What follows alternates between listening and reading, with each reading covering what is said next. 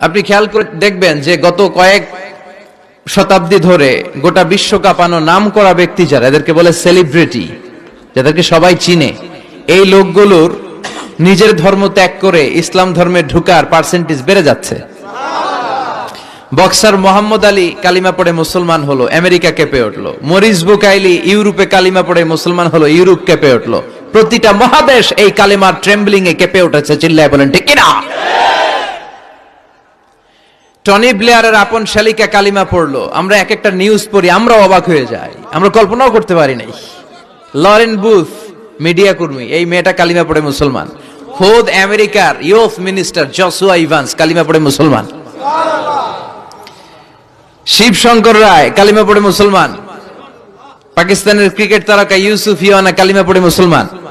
এই লিস্ট আমাদের কাছে আছে, আমাদের কাছে লিস্ট নাই এরকমও আছে হাজার হাজার। চিল্লা এখন ঠিক কিনা? মানিকা রেহা মারাতিরাজ তামিল নায়িকা, মুসলমান, নাম রেখেছে রাহিমা।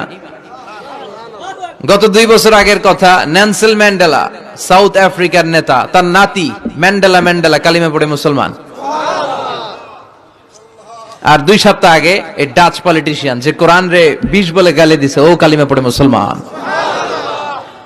তো যেই ধর্মের গ্রোথ এরকম, বিধর্মীরা যে ধর্মকে এত পছন্দ করে নিজের ধর্ম ত্যাগ করে ইসলাম ধর্ম কবুল করে, সেই ধর্মের অগ্রগতি আর অগ্রযাত্রা আর বিজয়কে কেউ ঠেকায় রাখতে পারে না। এজন্য প্রত্যেক সালাতের পরে আমরা এই ঘোষণাটাই দেই, রাদিতু বিল্লাহি ওয়া বিল ইসলামি দীনা। আল্লাহ তোমাকে রব হিসেবে পেয়ে আমরা খুশি, ইসলামকে দিন হিসেবে পেয়ে আমরা খুশি। তাই ইসলাম হচ্ছে শান্তির ধর্ম, এটার মধ্যে অপ্রয়োজনে মারামারি নাই। জিজ্ঞেস করছিলাম মারামারির সময় প্রশংসা করবেন কার? মারামারি অপ্রয়োজনে করা যাবে, মনে থাকবে? ইসলাম সবসময় ডিফেন্সিভ মোডে চলতে পছন্দ করে, মানে আগে মারে না, আগে মাইর খায়।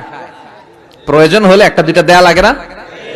মাইর খেতে খেতে পিঠ যদি দেয়ালে ঠেকে যায় তখন তো 2-1টা দেওয়াও লাগে। তো এই অ্যাটিটিউডে ইসলাম চলে। বিশ্বনবীর অ্যাটিটিউড ছিল এটা, আগে মারতেন না কখনো।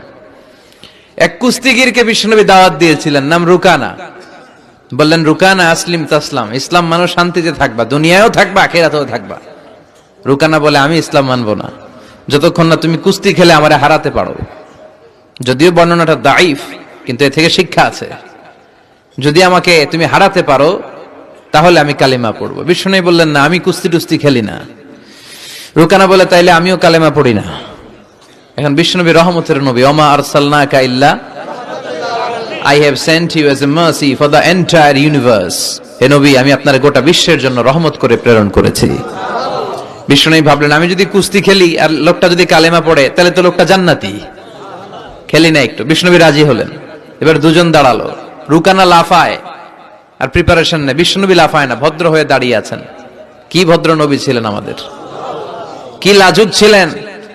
বিশ্বনবী যখন হালিমাতুস সাদিয়ার বাড়িতে 5 বছর ছিলেন, 2 বছর দুধ খেলেন, হালিমাতুস সাদিয়া বলে, এই কুরাইশি মুহাম্মদকে আমার বাড়িতে আনার পরে আমার বাড়িতে বরকত আর বরকত।